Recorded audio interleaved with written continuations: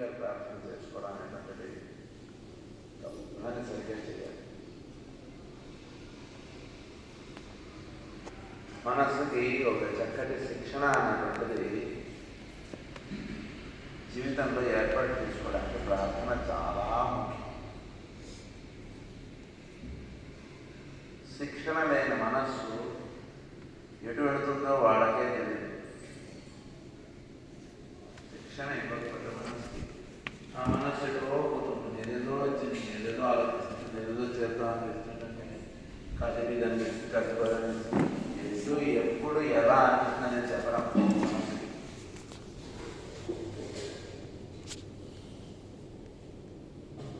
మనస్సుకి ఒక చక్కటి శిక్షణ అనేటువంటి ఇవ్వాలి. మరి దేని మీద పెడతాం మనస్సు అనేటువంటి తర్వాత విషయం. మనస్సుకు ఒక చక్కటి శిక్షణ అనేటువంటిది ఇవ్వాలి అంటే ప్రార్థన అనేటువంటిది తప్పనిసరిగా ఉండాలి ప్రతి వాళ్ళ జీవితంలో. ప్రార్థన ఉన్నప్పుడే మనస్సుకి శిక్షణ ఇవ్వడానికి ఉంది.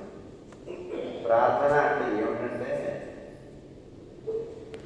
ప్రార్థన ఎవరిని చేస్తానటువంటి తర్వాత విషయం. ప్రార్థన అంటే ఏంటంటే మన ఇంద్రియములు మనస్సు అన్నీ కూడా దేని నుంచి దిగి వచ్చాయో దానితో అనుసంధానం చెందడానికి చేసేటువంటి ప్రయత్నం. ఎక్కడి నుంచి వచ్చింది మనస్సు? ఎక్కడి నుంచి వచ్చాయి మనకి ఇంద్రియాలు? మనం ఎక్కడి నుంచి వచ్చామంటే మన పలానా చేసి ఆ ప్రాంతమునకు అనుసంధానం దానితో లింక్ ఏర్పాటు చేసుకోవడం అనేటువంటిది చాలా. ఏ స్కూల్ పిల్లవాడో ఆ స్కూల్ ప్రిన్సిపాల్ గారితో లింక్ అయ్యి వాడు ఎక్కడైనా పనిచేస్తాడు. పలానా గుడిలో సీతారామ కళ్యాణ మహోత్సవం అక్కడ వాలంటీర్గా వచ్చాడు. వాలంటీర్గా వచ్చినటువంటి వాడు ఏ స్కూల్ పిల్లవాడో ఆ స్కూల్ యొక్క హెడ్ తోడు వాడు అనుసంధానం చెంది ఉంటే అప్పుడు వాడికి ఇవ్వబడినటువంటి పని చక్కగా చేయగలుగుతాడు. ఎందుకంటే ఈ స్కూల్ పిల్లలకో లేదా ఈ ప్రాంతం వీళ్ళందరికీ ఈ పని అని వాళ్ళకి ఈ పని అని లేదా ఏర్పాటు చేసుకుంటారు. అలా కాకుండా వాడు మామూలుగా ఉన్నాడు. ఎక్కడ ఏం పని చేయాలో తెలియదు, ఎక్కడ ఎలా ఉండాలో తెలియదు. కాసేపు ఇక్కడ పని చేసి కాసేపు అక్కడ పని చేసి కాసేపు ఇంకొచ్చి అలా కాకుండా ఆ ప్రాంతం వాడు ఆ ప్రాంతం యొక్క అధికారితో ఆ బృందం యొక్క దీంతో అనుసంధానం చెంది ఉండడం చేద్దాం అవుతుందంటే వాడు చేసేటువంటి పని చక్కగా ఉన్నటువంటి అందరికీ కూడా వినియోగపడుతుంది. అది ఎట్లాగో మనస్సుకి చక్కటి శిక్షణ అనేటువంటిది ఇవ్వడానికి మనస్సు ఎక్కడి నుంచి దిగి రాబడిందో ఆ ప్రాంతంతో అనుసంధానం చెంది ఉండడం చేద్దామో కనుక ఈ మనస్సు ఇంద్రియాలనే వీళ్ళు చేసేటువంటి పనులకు చక్కగా వాడుకుంటారు, చాలా బాగా వాడుకుంటాం. మనకు ఉన్నటువంటి ఇంద్రియాలని మనస్సుని చక్కగా వాడుకొని మనం జీవించడానికి ప్రార్థన అనేటువంటి తప్పనిసరిగా ఉండాలి. ఇది చక్కగా ఈ ఇంద్రియాలు మనస్సు ఎప్పుడైతే చక్కగా పదునెక్కిన కత్తిలాగా ఎప్పుడైతే తయారవుతాయో అప్పుడు భౌతికమైనటువంటి వస్తు వ్యాపారాలను చేసినా ఆధ్యాత్మికమైనటువంటి జ్ఞానం చేసుకున్నా ఏది చేసినా దానికి ఎంతో సహకరిస్తుంది. ఎందుకంటే వీడికి ఆ మనస్సు ఇంద్రియములు చక్కగా ఒకే ఒక స్థితిలో నిలబడగలిగాయంటే వీడు వ్యాపారం చేసినా చాలా బాగా చేస్తాడు, ధ్యానం చేసుకున్నా చాలా బాగా చేస్తాడు, ఇతరులతో సంభాషిస్తున్నా చక్కగా సంభాషిస్తాడు, ఇతరులతో ప్రేమగానే ఉంటాడు, అన్నీ చక్కగా చేసుకోగలుగుతాడు. ఇవి చక్కగా లేవనుకోండి కాసేపు మనసు అక్కడెక్కడ ఉంటుంది, వీడికి ఉంటున్నాడు, ఇలాంటి ఎన్నో గందరగోళాలు నడుస్తుంది. ఈ గందరగోళాలతోటే వీడికి అనేక రకాలైన ఇబ్బందులు దేహంలో ప్రవేశిస్తాయి. ఒక నియమం నిబంధన అనేటువంటిది ఇంద్రియములకి మనసుకి నియమములు నిబంధనలు అంటే ఒక శిక్షణ. శిక్షణ ఎప్పుడైతే మనం ఏర్పాటు చేసుకుంటామో అప్పుడు అవి ఎటు పడితే అక్కడ వెళ్ళిపోవు, ఎక్కడ పడితే అక్కడ వెళ్ళి చేరుకోవడం అనేది ఉండదు. ఎక్కడ ఉండాలో అక్కడే ఉంటాయి.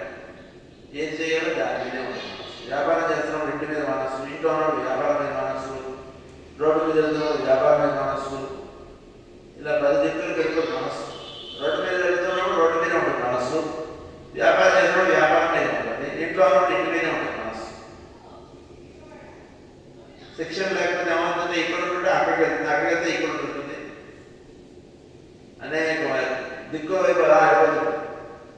ఈ మూడు కాకుండా ఇంకొకటి ఏదో ఉంటే అదే వెళ్ళిపోతుంది మనసు. దీనివల్ల తెలుసుకోవాల్సింది ఏంటంటే మనసుకి శిక్షణ అనేటువంటిది మనం చక్కగా ఏర్పాటు చేసుకుంటే అప్పుడు వీడు ఏ పని చేస్తుంటే దాని మీదే మనసు, దాని మీదే మనసు నిలబడినప్పుడు ఆ పని చక్కగా చేసుకోగలుగుతాడు. అదే అందరించి మానవుడికి మనసు అనేటువంటిది ఏర్పడేది కాబట్టి మానవుడికే శిక్షణ. శిక్షణ అనేటువంటిది లేదా సాధన అనేది మానవుడికి పెట్టారు. మానవ జాతిలోకి ప్రవేశించడానికి జంతువులు ఉన్నాయి. మానవులుగా పుట్టడానికి వాటికి కొంత సాధన ఉంటుంది. ఏమిటి వాటికి సాధన అంటే వాటి లెక్కల్లో వాటికి ఇవ్వబడినటువంటి పని అవి కరెక్ట్గా చేస్తున్నాయి. అంటే ఏమిటి, జంతువుల్లో కూడా అడవిలో ఉండేటువంటి జంతు కక్ష నుంచి మానవుల మధ్య జీవించేటువంటి జంతు కక్షకి రావడానికి వాటికి కొన్ని జన్మ పడుతుంది. మానవుల మధ్యలో కూడా కొన్ని జంతువులు ఉంటాయి కదా, పిల్లి, కుక్క. అడవిలో ఉండేటువంటి జంతువులు సింహం, పులి, అడవిలో ఉండేటువంటి జంతువులు. మానవుల మధ్య సంచరించేటువంటి జంతువులు ఇవి. మానవుల మధ్య సంచరించిన ఏమవుతుందంటే వాటికి ఆ అడవిలో ఉండేటువంటి జంతువుల కన్నా ఈ జంతువుల్లో కొంత సౌమ్యత్వం ఉంటుంది. అడవిలో ఉండేటువంటి జంతువులు ఏం చేస్తాయి, మనిషి అవ్వడం ముందు వాటిని తినేస్తాయి.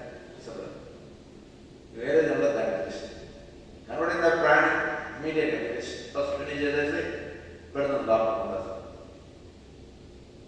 అదే మానవుల మధ్య సంచరిస్తున్నటువంటి జంతువులు కొంత సౌమ్యత్వము, కొంత మానవులకు ఉండేటువంటి గుణాలు వాటికి అవ్వడం అనేటువంటి ఉంది.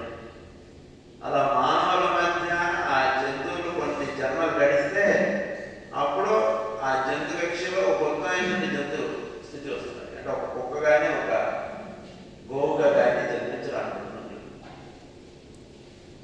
అలా జన్మించినటువంటి జంతు కక్షలో ఉంది మానవ జన్మ అనేటువంటిది వస్తుంది. అలా వచ్చినటువంటి మానవ జన్మకి పరమావధి ఏమిటి అంటే వాడికి ఒక స్పెషల్ అపార్ట్మెంట్స్ ఇచ్చారు. మానవుడికి ఇచ్చారు. వీడికి ఇచ్చినటువంటి ఆపరేటర్స్ ఏంటంటే మనస్సు, ఇంద్రియములు ఇవన్నీ ఇచ్చారు. ఇంద్రియాలు వాటికి ఉన్నాయి. వాటికి పైన ఇవ్వబడినటువంటి మనకి మనస్సు అంటే విచక్షణ, ఇది ఎప్పుడు చేయాలి, ఇది ఎప్పుడు చేయకూడదు, ఇలాంటిదంతా కూడా మానవుడికి ఏర్పాటు చేశారు. జంతువులకి ఆ కక్ష లేదు. మానవ జన్మలోకి ప్రవేశించినటువంటి జంతువు ప్రారంభ స్థితిలో ఉన్న మానవులు కొంత జంతువుగా కూడా కొంత అనుకుంటారు. అంటే జంతువులు ఎలా అయితే అనుకుంటారో అప్పుడప్పుడే జంతు కక్షలో నుంచి మానవ జన్మలోకి వచ్చాడు. అందు గురించి వాడి స్వభావం కొంత జంతువుగా ఉంటుంది. మానవ జన్మలో కొన్ని జన్మలు ఎత్తిన తర్వాత అప్పుడు వాడి స్వభావం నెమ్మదిగా సౌమ్యత్వము, సుకుమారత్వము ఇవన్నీ నెమ్మదిగా వస్తాయి. ఇది రాకముందు ఎలా ఉండేది, జంతు కక్ష నుంచి అప్పుడే మానవ కక్షలోకి వచ్చాడు అనుకోండి. ఎలా ఉంటుంది వాడి స్వభావం, జంతువుగా ఉంటుంది. అంటే ఏంటి, వాడు అందరి పని చేయలేదు అనుకోండి, ఎవడైనా ఉన్నా వాడిని వాళ్ళు కొట్టేస్తాడు. చిన్న పిల్లవాడు అని, భార్య అని, పనివాడు అని వాడు కొట్టేస్తాడు, వాడు అరిచేస్తాడు, కరిచేస్తాడు, న్యాయం చేస్తాడు. వాళ్ళ అన్నది కాదన్నారు, ఇవాళ అవ్వద్దు, నువ్వు అడిగినటువంటి వంట ఇవాళ వండడం అవ్వదు, వేరే పనులు ఉన్నాయి అని చెప్పినటువంటి భార్య ఎంత ఇమీడియట్గా జంతువుగా బిహేవ్ చేస్తాడు భార్య. అలా కొన్ని జన్మలు వెళ్ళిపోతాయి. వాటి నుంచి నెమ్మదిగా ఒక మంచి పని చేద్దాం అనేటువంటిది ఇలా వచ్చి వచ్చి వచ్చి అలా కొన్ని జన్మ పడుతున్నాడు. ఇలా వచ్చిన తర్వాత నెమ్మదిగా మానవుడు ఒక సాధన చేసుకోవాలి, గురువు మార్గంలోకి రావాలి అంటే వాడికి అనిపించాలి. ఎక్కడ కూడా ప్రకృతి మాత ఏం చేస్తుందంటే అలా పరిసరాలు పెడుతుంది. వాడికి వాడుగా అనిపించాలి, నేను ఈ పని చేయాలి. అప్పటిదాకా ప్రకృతి మాత అలా వేచి ఉంది. ప్రకృతి మాత ఎక్కడ కూడా వాడికి ఇచ్చినటువంటి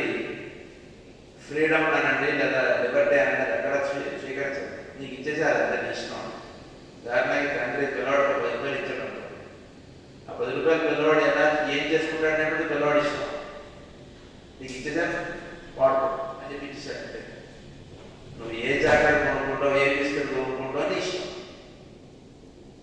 చాక్లెట్ కాదు తీసుకొని తెలుగు తీసుకోవాలని కొనుక్కొనిచ్చాడు. అది కొనుక్కుంటావా లేదా నువ్వు దాచుకొని లేకపోతే నువ్వు ఏదైనా చేసుకోవడానికి ఇష్టం. కొందరు పిల్లలు ఏం చేస్తారు, దాని నుంచి దాచుకుంటారు, డబ్బాలు వేసి లాగట్టి ఎప్పుడు ఆ డబ్బా తెచ్చి చూసుకుంటాం.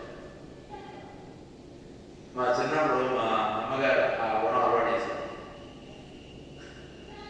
ఏదైనా ఇస్తే ఆ డబ్బాలు వేసి పెట్టుకోవడం ఇది చేసేవారు.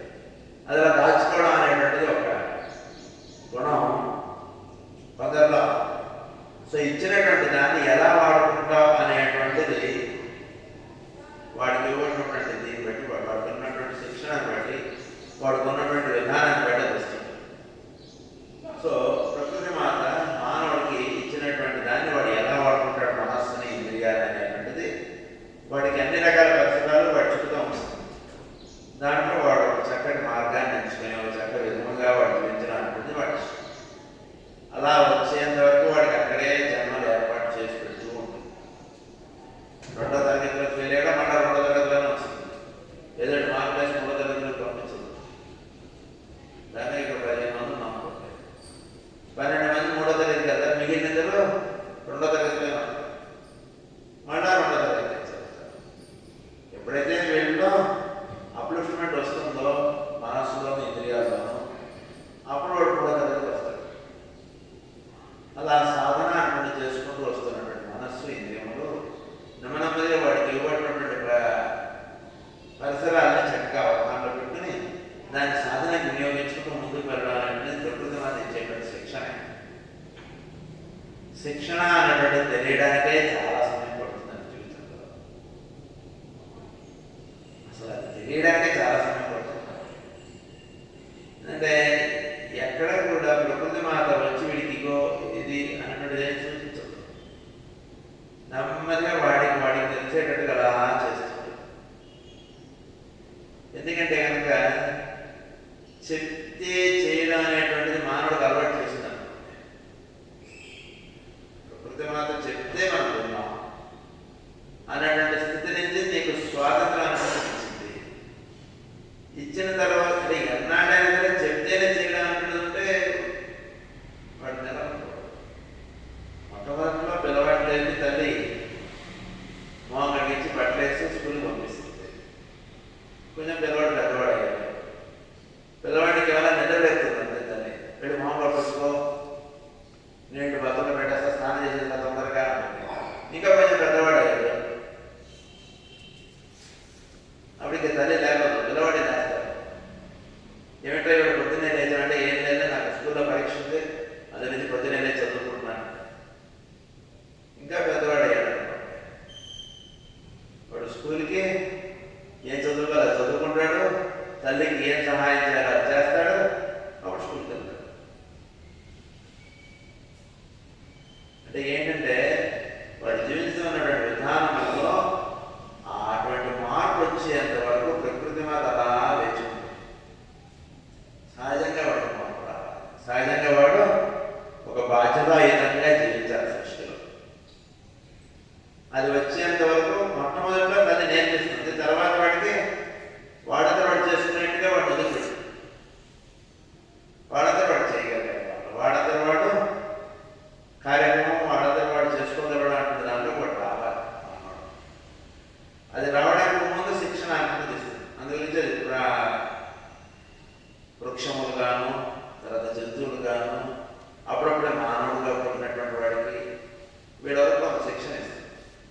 ఎప్పుడైతే మనస్సు చక్కగా మెచ్చుకొని పనిచేయడం అనేటువంటి స్థితిలోకి వస్తుంటాడో నెమ్మదిగా శిక్షణ అలా అప్పుడు ఇచ్చేటువంటి శిక్షణ వేరుగా ఉంటుంది.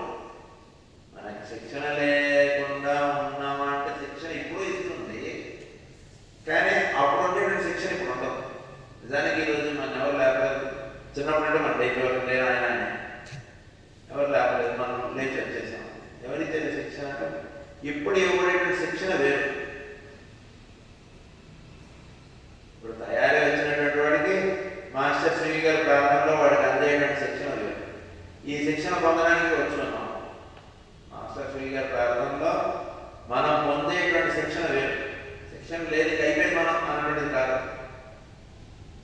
ఎంఎస్సీ చదివేవాడు కూడా శిక్షణ ఉంటుంది, కానీ అప్పుడు ఇచ్చేటువంటి శిక్షణ లేదు.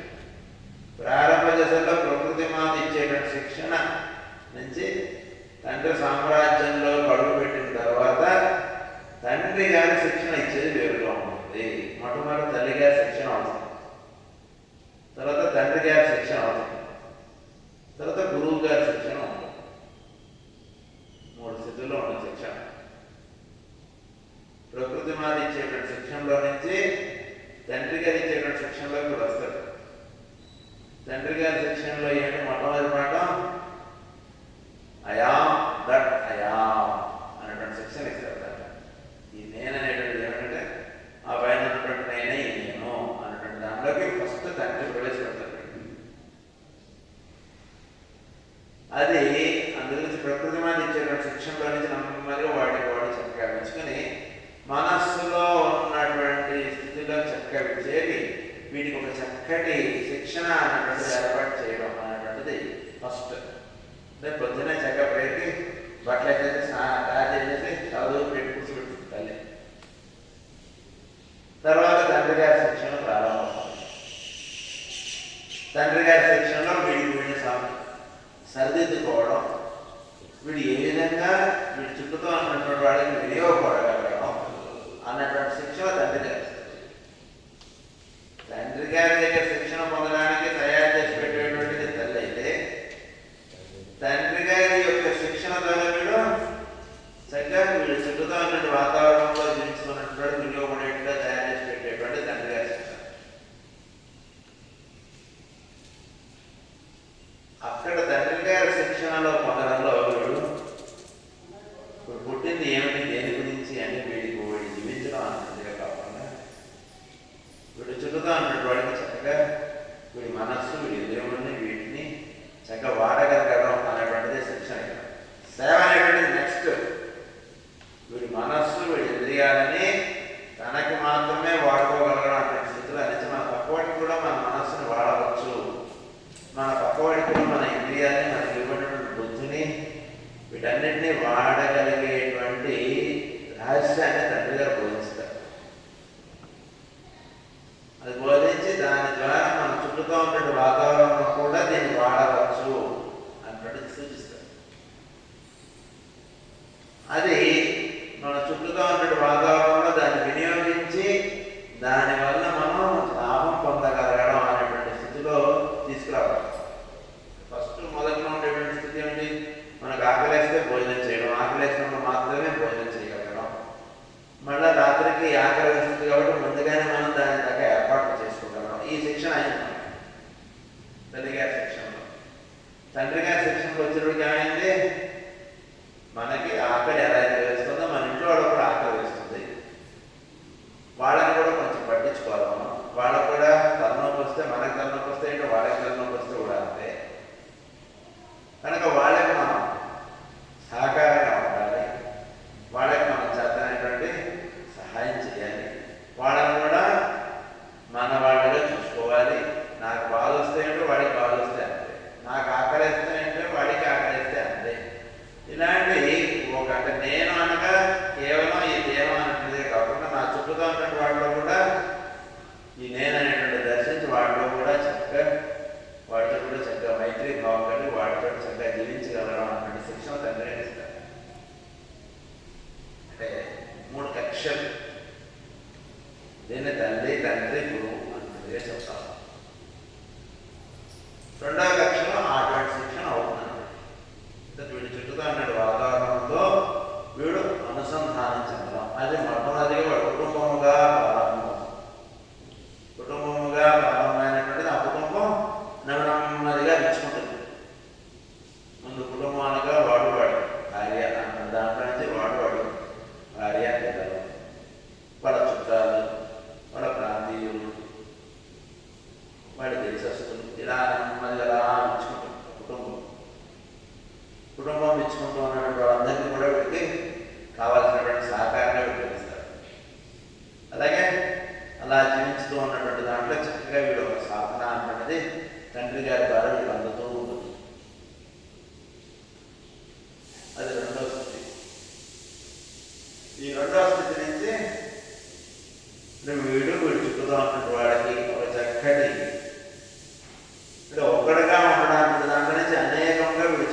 ఉంటాడు, 50 మందితో 100 మందితో కలిసి జీవించడం అన్న శిక్షణ ఏర్పాటైంది. ఈ శిక్షణ పరిపూర్ణం పొందినటువంటి వాడికి నెక్స్ట్ వీడికి ఏమవుతుంది, వీడి కంటే వీడు ట్రాన్స్ఫర్ అయిపోతుంది, అంటే బదిలీ అయిపోతుంది. ఈ బదిలీ అయితే ఎక్కడికి వెళ్ళిపోతాడు, ఇప్పటి వరకు తెలియనటువంటి ఊరికి ఇప్పుడు వెళ్తాడు. ఆ ఊరిలో వెళ్ళి వీడు అక్కడ జీవించాడు. ఈ తండ్రి గారి శిక్షణ ఇచ్చినటువంటి దాన్ని పట్టుకుని ఒక తెలియని ప్రాంతానికి వెళ్ళి అక్కడ వీడు జీవించాలి. అది శిక్షణ, మూడో శిక్షణ. అంటే ఇక్కడ దాకా వీడు కుటుంబంలో వీడు జీవిస్తున్నటువంటి దాంట్లో నుంచి ఒక తెలియని ప్రాంతంలో వెళ్ళి వీడు అక్కడ వీడు వృత్తి వ్యాపారాలను చేసుకోవడం, లేదా ఉద్యోగం అవ్వకుండా అక్కడ చేయడం, ఏ శిక్షణ అయితే ఇక్కడ పొందాడో ఆ శిక్షణని అక్కడ వ్యాపకం చేసుకోవడం అన్నది మూడో శిక్షణ. ఇప్పటిదాకా తల్లి తండ్రి ఇచ్చినటువంటి శిక్షణకి నెక్స్ట్ హయ్యర్ స్టెప్ ఏంటంటే వేరే ప్రాంతంలోకి ఉన్నాము, అక్కడ నా తెలిసిన వాళ్ళు ఎవరు లేదు, వాళ్ళకి సహాయం చేయాలని లేదు అని అనుకోవడం అనేసి అక్కడ ఉన్నటువంటి వాళ్ళు నా వాళ్ళతో సమానమే అని అనుకుని వాళ్ళకి కూడా వీడు ప్రేమ ఆప్యాయత అన్నది పంచగలగడం, వాళ్ళతోటి సోదర భావంగా ఉండగలగడం అన్నటువంటిది మూడో శిక్షణ. మనసు ఇప్పుడు మనసు ఇంకా వ్యాపించడం అన్నది ప్రకృతిలో ఉన్నటువంటి గుణం. ముడుచుకుంటున్నాం అనేటువంటిది ప్రకృతి విరుద్ధం. వ్యాపించుతూ ఉండాలి ఎప్పుడు కూడా. ఎక్స్పాన్షన్ ఉండాలి ఎప్పుడు కూడా. ఎందుకంటే వ్యాపించడం ఉండాలి. దాచుకోవడం, ముడుచుకోవడం, లేదనుకోవడం, వద్దనుకోవడం అని కూడా విరుద్ధం కూడా. అవి ఉంటే అక్కడ తెలియకుండా మనకు వ్యాధి అనేటువంటి గుర్తిస్తుంది. ఇప్పుడు పండు ఇచ్చారు, పండు తీసుకెళ్ళి బీరువాలో దాచేశాను, ఏమవుతుంది అక్కడ? పొద్దున్న పండు పెట్టేశాను, నేను ఇచ్చాను పండు, అది తీసుకెళ్ళి బీరువాలలో పెట్టాను, పెట్టేశాను. ఇప్పుడు ఇస్తే వీళ్ళందరికీ ఇచ్చేయాలి, హైదరాబాద్ దగ్గరికి మనం తినచ్చు, ఈ పండు చాలా ఎంతో అరుదైనటువంటి పండు అని అనుకుని పెట్టేశాను. రాత్రిలో రేపు వెళ్ళాము, రాత్రి తీయడం మర్చిపోయి మా అమ్మాయి తీశాను అనుకో, ఏమైపోయింది ఆ పండు?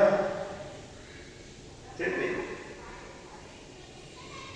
ఇచ్చినప్పుడు ఉన్నటువంటి తాజాదనం ఆ పండులో ఉంటుందా? ఉండదు. అదే ఆ పండు నలుగురికి 4 ముక్కలు పెట్టాను, ముక్కలు నోటేస్తున్నాను, ఆ తాజాదనం అందరం అనుభవించడం. అది వ్యాపించడం అంటారు. వ్యాపించడం ఎప్పుడూ ఉండాలి మన జీవితంలో. విచ్చుకోవడం, వ్యాపించడం అంటుంటారు. ఎంతమంది అనేటువంటి చాలా విషయం. వెలుగు ఎంత చిన్నది, పెద్ద వెలుగు హాల్లో అంతా వస్తుందండి, చిన్న దీపం ఏమొస్తుందండి, దాంతో సంబంధం లేదు. వ్యాపించడం గుణం మీలో ఉందా లేదా, అది ఉన్నట్టుగా చూసుకోవాలి. వెలుగు చిన్న దీపమే, దీనికి అంతా చీకటిగా ఉంది, పొద్దున 5 గంటలకి 5:01 మొత్తం రూమ్ అంతా వెలుగు వచ్చినట్టు అవుతుందా లేదా?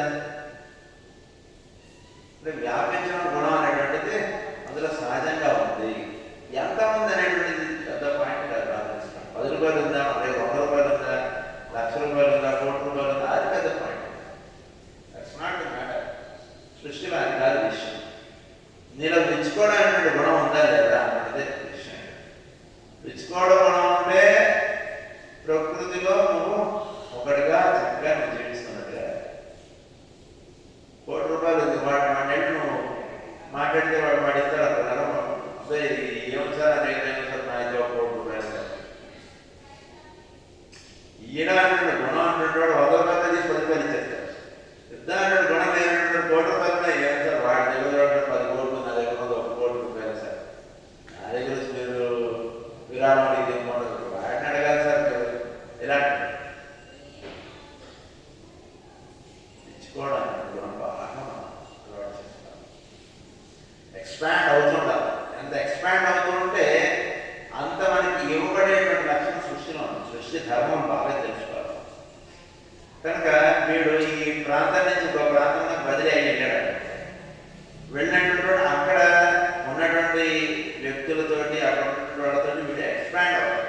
అంటే వీడి ప్రజెన్స్, వీడి యొక్క సాధన అంటుంటుంది, వీడి యొక్క విధానం అంటుంటుంది, అక్కడ ఉన్నటువంటి వాళ్ళని ఆకర్షించేట్టుగా విజయ విధానం ఉండాలి. విజయ విధానం ఎలా ఉందంటే ఎదుటివాడు వీడిని చూస్తే ఆకర్షింపబడేటట్టుగా విజయ విధానం ఉండాలి. అంటే మంచి సెంటు కొట్టుకుని మంచి రంగు చొక్కాలు వేసినది కాదు ఆకర్షణ. ఆకర్షణ అంటే ఎక్కడ ఉంటుంది? లోపల నుంచి వస్తుంది, మనస్సులో నుంచి ఏర్పడేటువంటి ఆకర్షణ. శంకరాచార్య వరకు ఏం ఆకర్షణ ఉంది? అది ఆకర్షణ అంటే. మాస్టర్ నీకే గారిలో ఏ ఆకర్షణ ఉంది? అది ఆకర్షణ. ఆయన గుంటూరులో కూర్చొని ప్రార్థన చేసుకుంటుంటే పాశ్చాత్య దేశాలు వెళ్ళవలసినటువంటి దానికి కావాల్సినటువంటి ఏర్పాటు ఎలా అయిపోయింది? అది ఆకర్షణ. మరి భారతీయుల్ని ఎంత ప్రేమగా చూసి ఎంత ఇదిగా చేశారో పాశ్చాత్యుల్ని అంతే ప్రేమగా చూసి వాళ్ళ జ్ఞానం పంచిపెట్టారు. చిన్న విషయం అది. పాశ్చాత్య దేశాలు వెళ్ళినప్పుడు కూడా అంతే ప్రేమగా వాళ్ళతో చూపించారు, వాళ్ళకి చేశారు. మరి వాళ్ళు ఎంత ప్రేమ అనుభవించుంటే వాళ్ళు మాస్టర్కి గారిని వాళ్ళు వాళ్ళ దైవంగా, వాళ్ళు అంటే జీసస్సే వాళ్ళ దైవం. అటువంటి చోట వాళ్ళు మాస్టర్కి గారి ఫోటో పెట్టేసి వాళ్ళు ఇది చేశారంటే ఎటువంటి ప్రేమ పొందుంటారు? అంటే ఎటువంటి ప్రేమ పంచి ఉంటుంటారు? ఆలోచించండి ఒకసారి.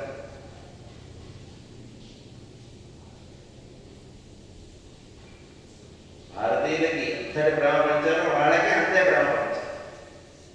అంటే ఈ మనస్సుకి వ్యాపించడం అన్నది గుణం ఉన్నప్పుడు ఎక్కడికైనా సరే మనస్సు వ్యాపించగలడం అన్నటువంటి గుణం చేత ఆ చుట్టూ ఉన్న ప్రాంతంలో ఉండేటువంటి వాడిని ఆకర్షించడం అన్నది అది ఆకర్షణ.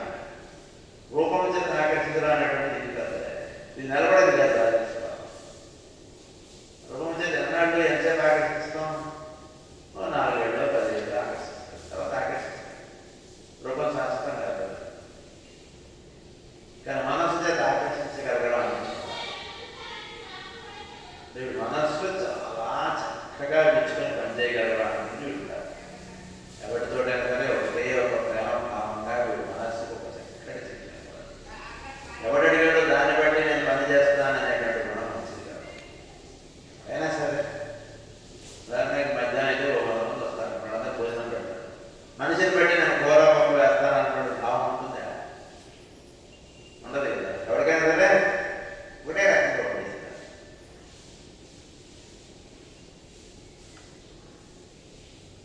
అది ఆ మనస్సుకి చక్కగా విచ్చుకొని ఉండగలిగేటువంటి విషయం వీడికి ఆచరణగా కలిగి ఉండాలి. అది శిక్షణ.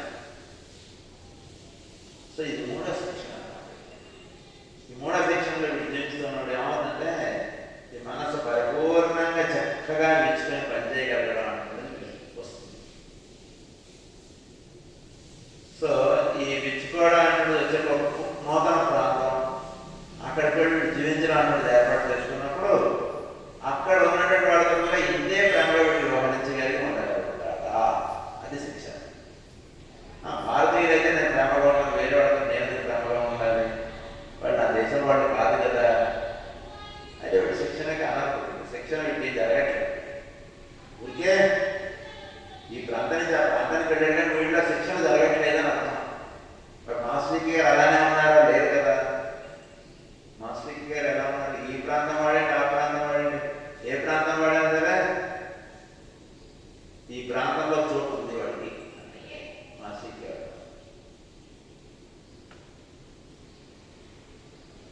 కనుక ఈ 3వ శిక్షణ పొందేటువంటి వాడికి ఎక్కడికి వెళ్ళినా సరే వాళ్ళలో చక్కగా ప్రేమభావంతో వ్యవహరించగలడం అనేది సహజంగా అలవాటు.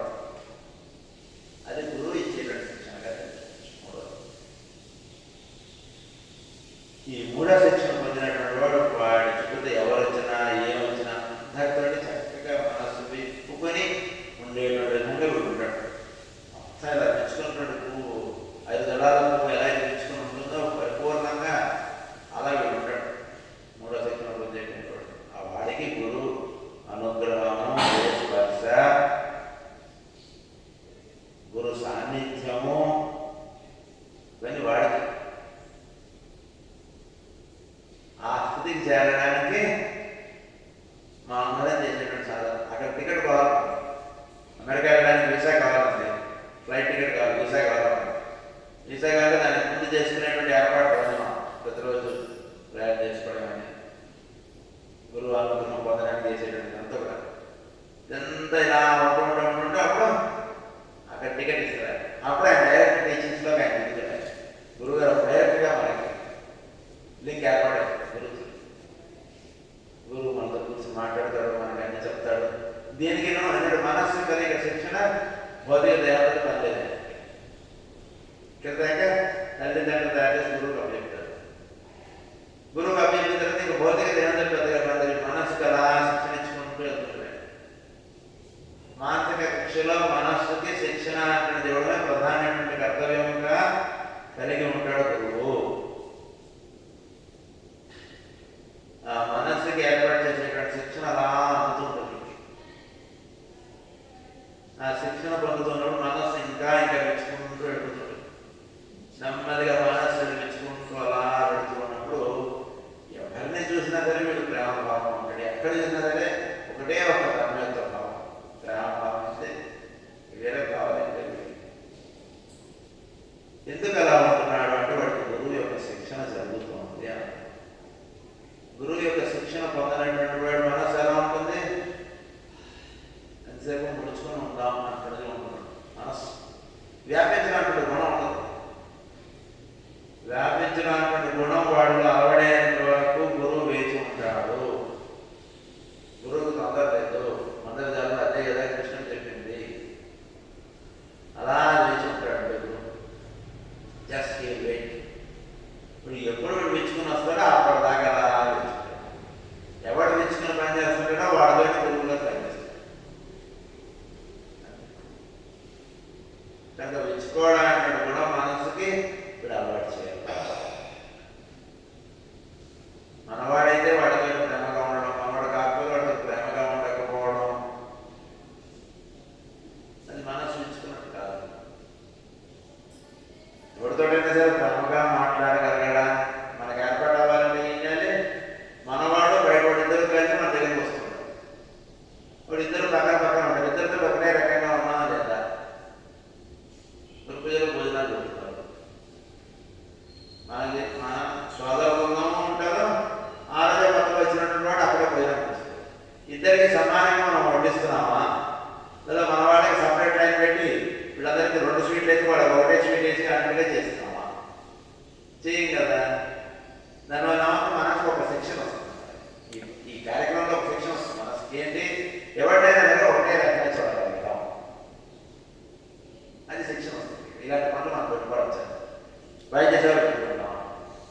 ఎవడొచ్చినా సరే మంచి మందు కరెక్ట్ వాడికి సరిపోయేటువంటి మందు ఇవ్వగలుగుతున్నామా? లేదా మనవాడికి అయితే చాలా జాగ్రత్తగా చూసుకుని మందులు ఇచ్చి, బయటవాడికి అయితే కనుక సరైనటువంటి మందులు ఇవ్వకుండా పెట్టుకున్నాడు సరిగ్గా సాగలేదు. వైద్యాలయం నిలబడుతుంటాడు. వైద్య సేవ జరగదు సరే. ఎవరికైనా సరే చక్కగా తగ్గాలనేటువంటి దీంతో మందు ఇస్తారు కదా. మనవాడమని బయటవాడమని ఎప్పుడైనా సరే వాడికి రోగం తగ్గాలి. ఇది ఒకటే బాగుంటుంది వైద్యుడు. కనుక అటువంటి కార్యక్రమం పెట్టుకోవాలి.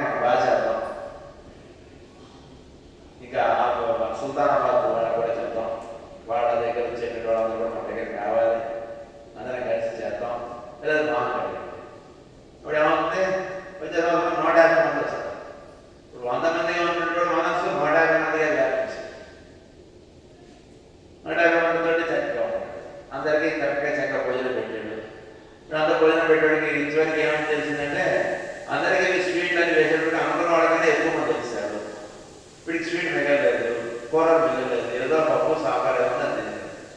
అప్పుడు ఎలాంటి భావం ఉంటుంది? ఏమో సార్ అందరికీ పెట్టి ఏ పర్లేదు సార్ కార్యక్రమం బాగా ఉంటే ఉంది, లేకపోతే వచ్చిన అందరూ చక్కగా భోజనం పెట్టాలి లేదా, సంతోషంగా ఉంది, మనకి స్వీట్ ఉండాలి, మనకి అంటే ఏముంది, అదే పెద్ద విషయం కాదు సార్.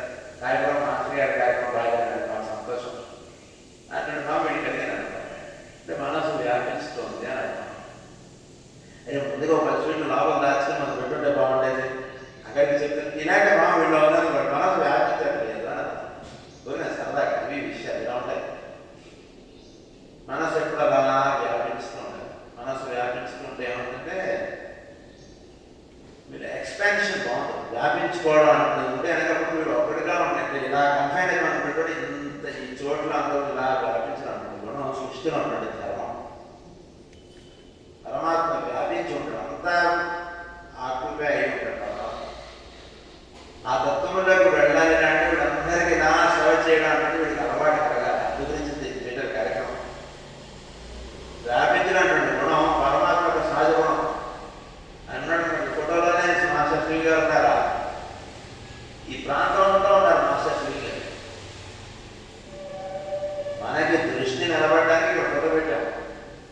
ఇందు గలడు అందు లేడని సందేహం వలదు, చక్రి సర్వోపగతుడు అన్నారు కదా. మనకి ఇక్కడే ఉన్నాడు అన్నటువంటి భావం కాదు. మాస్టర్ శ్రీ గారు కూడా ఇక్కడ ఎందుకు పెట్టుకున్నాం మనం? ఫస్ట్ ఈ దిక్కు చూస్తున్నాం, తూర్పు దిక్కు. తూర్పు దిక్కును చూసినటువంటి వాడు ఇంకో దగ్గర చూస్తే ఇదే కనబడాలి. అది ఆ దృష్టి ఏర్పడాలి. మళ్ళీ ఫోటో లేదనుకోండి, ఈ అలంకారం ఈ ఫోటో ఇది లేదనుకో, అప్పుడు 3 పక్కల ఉన్న గోడలే ఇక్కడ గోడ ఉంది అంటుండే మనకి ఇంత భక్తి భావము మాస్టర్ శ్రీ గారి మనకి నిలబడదు. మనకి నిలబడాలి కదా. అందులో ఫోటో దండలు ఇవన్నీ వేసుకుని దీపం పెట్టుకుని కూర్చోం.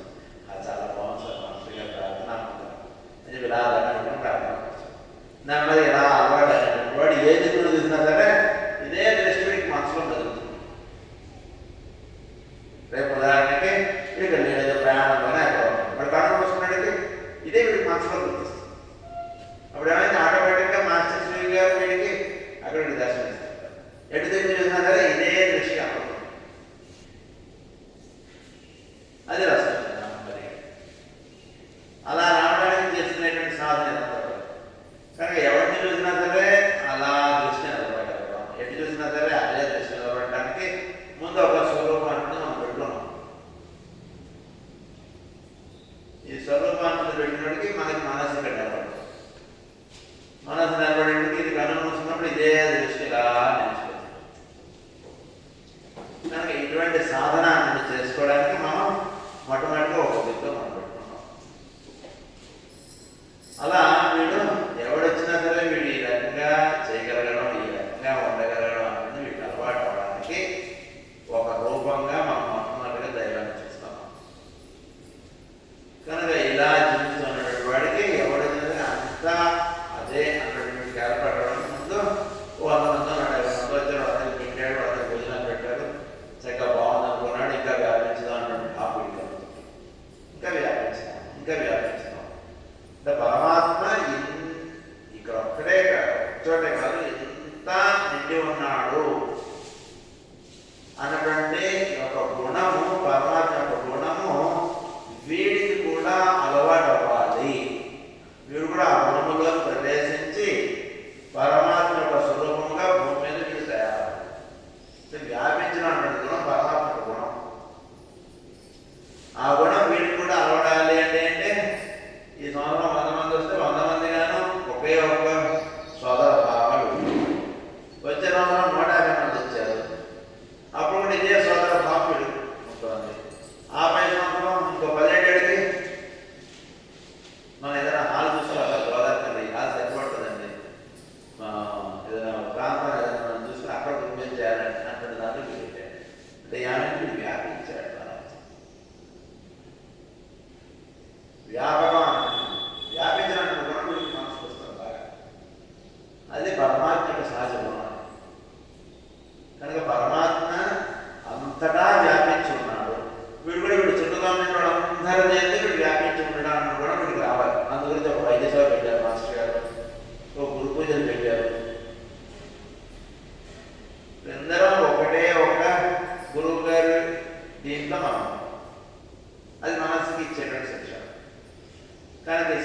అన్నటువంటి ఈ రకంగా ఇలా సాగుతూ వెళ్తూ ఉండాలి. ఇది ఎప్పుడు కూడా ఇది ప్రోగ్రెస్ ఉండాలి. అంటే ఎప్పుడు కూడా ఇది ఇంకా ఇంకా అభివృద్ధి పొందుతూ ఉండాలి. ఇప్పుడు ఈ మార్గం ఉన్నాడు, మాస్టర్ శ్రీ గారి మార్గంలో ఉన్నాడు, ఇంకో మాస్టర్ శ్రీ గారి మార్గంగా ఉంటున్నటువంటి వాడితో ఇప్పుడు మైత్రి భావం కలిగి ఉండాలి. మా గురుగారు వేరండి, మీ గురుగారు వేరండి, మా మార్గం వేరు, మీ మార్గం వేరు. దాంట్లో నుంచి ఇంకో గురువు గారు ఉన్నారు, వాళ్ళ గురుగారు ఎవరో స్వామీజీ, వాళ్ళతో వీళ్ళు కలిసి పనిచేయగలగాలి. ఇంకొకళ్ళు ఎవరు ఉన్నారు, వాళ్ళతో వీళ్ళు కలిసి జీవించగలగాలి. అప్పుడు ఏమవుతుంది, వీడు ఇంకా వ్యాపించాడు. వ్యాపించడం అంటే మనం ఎప్పుడూ ఉంటుంటారు. మనసు వ్యాపించకుండా ఉండిపోతుంటే మనసుకి అది అధోస్థితి తీసుకెళ్తాం. అగ్ని మనం వేస్తా ఉంటే అలా పెరుగుతుంది. అగ్ని ప్రజ్వలితం వందే జాతరలో ప్రజ్వలిస్తుంది. ఇది వ్యాపించడం అంటే కూడా సృష్టిలో అక్కడ ధర్మంలో ఉంది. అంతటా అలా వ్యాపించడం, జలములో వ్యాపించడం, అగ్నిలో వ్యాపించడం, ఆకాశంలో వ్యాపించడం, అని వ్యాపించడం అంటే గుణం. కనుక అలా వ్యాపించడం అంటే గుణం మనస్సులో ప్రతివాడికి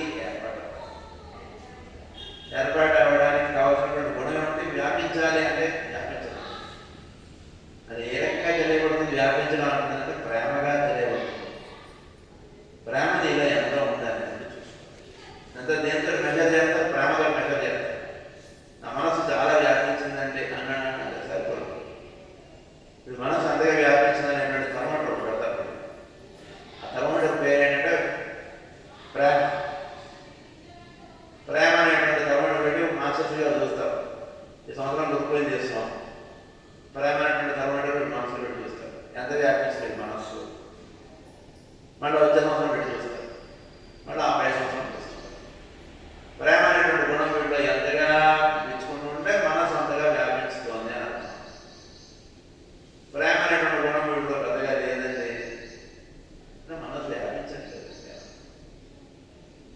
వీడి యొక్క సోదర వృత్తితోనే వీడు సఖ్యత లేకుండా వీడు ఉంటున్నాడు. వీడిలో ప్రేమ ఉన్నది ఎంతవరకు నిజం? ప్రేమగా ఉన్నటువంటి వాడు వ్యాపించుతూ ఉండడమే. ప్రేమ ఎందుకంటే వాడు వ్యాపిస్తాడు. ప్రేమ ఎవడంటే ప్రేమ లేదనుకోండి, ప్రేమ అంటే ఎవరిని చూసినా సరే ప్రేమగా మనం చూడగలుగుతున్నాం లేదా? ఇప్పుడు యొక్క స్వభావంలో మనం ఇరుక్కుపోతున్నామా, ప్రేమగా ఉండగలుగుతున్నామా?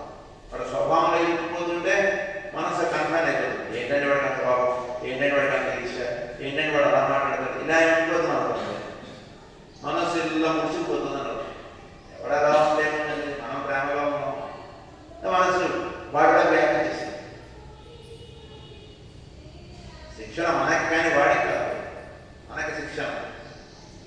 అదే మన మనసు వ్యాపించిందా లేదా మాత్రం చూసుకోండి. వాడి మనసు వ్యాపించిందా లేదా మనకు సంబంధం కాదు.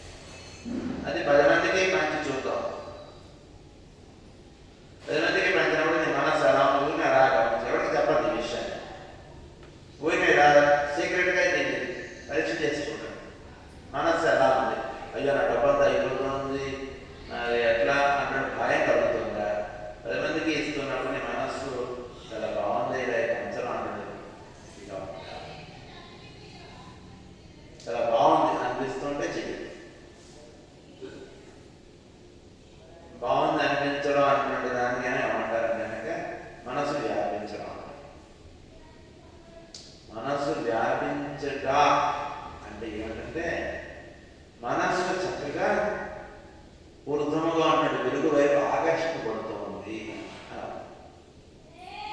దాని యొక్క పరిభాష ఏంటంటే ఊర్ధముగా ఉన్నటువంటి వెలుగు వైపు మనస్సు ఆకర్షింపబడుతోంది. ఊర్ధముగా ఉన్నటువంటి వెలుగునే ఏమన్నా మనం గురువు అన్నాము. ఆ గురువు వైపు ఈ మనస్సు ఆకర్షింపబడుతుంది. పిల్లవాడు తల్లి వైపు ఆకర్షింపబడుతున్నాడు, తండ్రి వైపు ఆకర్షింపబడుతున్నాడు. తండ్రి చేసినట్టుగా పిల్లవాడు చేస్తున్నాడు. తండ్రి ఎలా అయితే డ్రెస్ వేసుకున్నాడో పిల్లవాడు అలా డ్రెస్, తండ్రి ఎలా ఉంటున్నాడో ఎలా చేస్తున్నాడో అలా చేయడం చేస్తున్నాడు. అంటే తండ్రి వైపు పిల్లవాడు ఆకర్షింపబడుతున్నాడు. మంచిది. తండ్రి వ్యాపారవేత్త అంటాడు, పిల్లవాడు వీడు 5 ఏళ్ళ వాడు 10 ఏళ్ళ వాడు. తండ్రి తాగి వచ్చాడు, స్కూల్లో సర్వత్రి వాడు కూడా వచ్చాడు, కూర్చొని నేను కూడా చేస్తాను వ్యాపారం.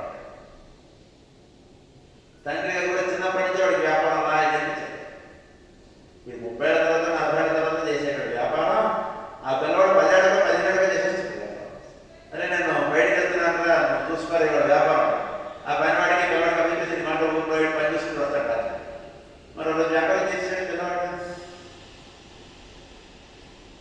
వ్యాపించడం అన్నట్టు గుణం ఉంది అక్కడ, జాగ్రత్తగా గమనించండి. తండ్రి వైపు ఆకర్షింపబడ్డాడు. అప్పుడు ఏమైనా మనసులో తండ్రికి ఉండేటువంటి మనసు అంత మనసు అయింది. మనసు వేరే 15 ఏళ్ళ పిల్లవాడు తెచ్చుకుంటే వ్యాపారం చేయండి, నాకేం వస్తుంది, నాకేం పోతున్నాడు, నేను ఆడుకోవాలి లేదా ఇంకోటి అక్కడ వెళ్ళిపోలేదు. మరి పిల్లవాడు అలా వెళ్ళలేదే. తండ్రి గారు ఊరు వెళ్తే ఆ రోజంతా వ్యాపారం చూస్తున్నాడు పిల్లవాడు, పొద్దుకి తగ్గుతాడు. దాన్ని ఏమంటారంటే మనస్సు చక్కగా తండ్రి గారి వైపు ఆకర్షింపబడుతుంది. మనస్సులో రుచుకునేటువంటి గుణం ఉంది. రుచుకునేటువంటి గుణం ఉంది కాబట్టి ఆ మనసు చాలా భవిష్యత్తులో చాలా ఏం చేస్తుంది, తెలిసిపోతుంది. పట్టుకుంటే తెలిసిపోతుంది విషయం. అంటే వ్యాపించడం అనేటువంటి గుణం మనస్సుకు ఉందా లేదా అనేటువంటిది మనం ప్రశ్న వేసుకోవాలి. వ్యాపించడం అనేటువంటి గుణం ఉందిదా అంటే ప్రేమ ఉంది. ప్రేమ ఉందంటే వ్యాపించడం, ప్రేమ లేదంటే వ్యాపించడం లేదు. ప్రేమ పుట్టాలి. ప్రేమ పుడితే అప్పుడు ప్రేమ పెరగడం ఉంటుంది. ఏమన్నా ఇతరుల యందు సహజంగా వీడి ప్రేమభావం పుట్టాలి. ఎలా పుడుతుంది? ఎప్పుడు ఏ రోజు ఎవరికి ఏ సహాయం చేయనటువంటి వాడో వాళ్ళ ప్రేమభావం పుట్టాలి. ఎలా పుడుతుంది? ఎలా పుడుతుంది అంటే ప్రేమ భావముగా వ్యవహరిస్తున్నటువంటి పక్కన కూర్చోండి. ఏం చేయగలరు? కూర్చోండి, జస్ట్ కూర్చో. వాడు ఎలా కూర్చుని జస్ట్ వాడితో ముందు మంది పడతాడు. వీటిలో ప్రేమభావం ఒక 80 మొక్కలు తీసుకెళ్ళి అయస్కాంతం పక్కన పెట్టాము. 80 మొక్క ఏమైనా చేయాలి, 80 మొక్క ఏం చేయగలరు? అయస్కాంతం చేసుకుంటుంది పర్వతాంతా. 80 మొక్కకి తెలియకుండా అయస్కాంతం 80 మొక్కలోకి చేరి 80 మొక్కలో చేయవలసిన పనంతా చేసేస్తుంది. కొంత సమయం అయిపోతే 80 మొక్క కూడా అయస్కాంతం అయిపోతుంది. అంతే కదా? 80 మొక్క నేను కూడా అయస్కాంతం అంతా నేనేం చేయాలి అంటాడు. ఏముంటుంది దాంట్లో అసలు భావం కూడా వస్తుందా? ఏం లేదు, 80 మొక్క తీసుకొచ్చి అయస్కాంతం దగ్గర పెట్టాలంటే ఫినిష్, అయస్కాంతం అయిపోయింది. ఏం లేదు. ఇది సీక్రెట్. ఈ సాధనలో ఇది హైయెస్ట్ సీక్రెట్. ఈ మనస్సు వ్యాపించాలి, ఇక్కడ ఉన్నటువంటి మనస్సు అక్కడికి వెళ్ళింది. ఇదంతా కొంచెం ఇది సింపుల్ మెథడ్ ఏమిటంటే 80 మొక్క తీసుకొచ్చి అయస్కాంతం దగ్గర పెట్టారు. అంతే. కొంతకాలం ఏంటి 80 మొక్క అయస్కాంతం అయిపోయింది. Simple, easy, most practical, most comfort and most safest method of సాధన. ఏంటి అది? ఎటువంటి 80 మొక్కైనా అనండి, తుప్పు పట్టిన 80 మొక్కైనా సరే ఇష్టం. అప్పుడు పనికిరాని 80 మొక్కైనా సరే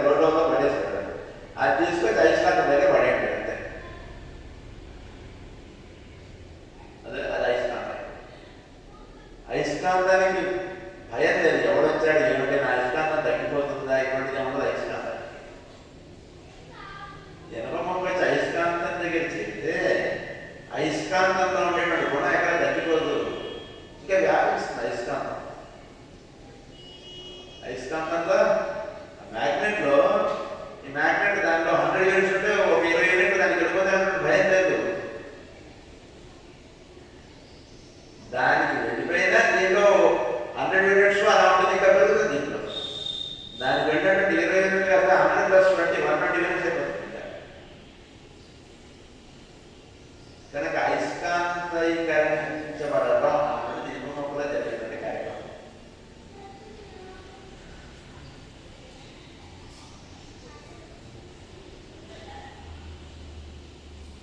కనుక సాధన అంటే చేసుకుంటూ వస్తున్నటువంటి ఏం జరిగినా ఇది చాలా సీక్రెట్. అయస్కాంతం దగ్గరకే ఉండాలి. అయస్కాంతం దగ్గరకే ఉండిపోతే కొంతకాలానికి ఇనుప ముక్కలన్నీ అయస్కాంతం, పూర్తిగా అయస్కాంతం అవ్వడానికి సమయం పడవచ్చు.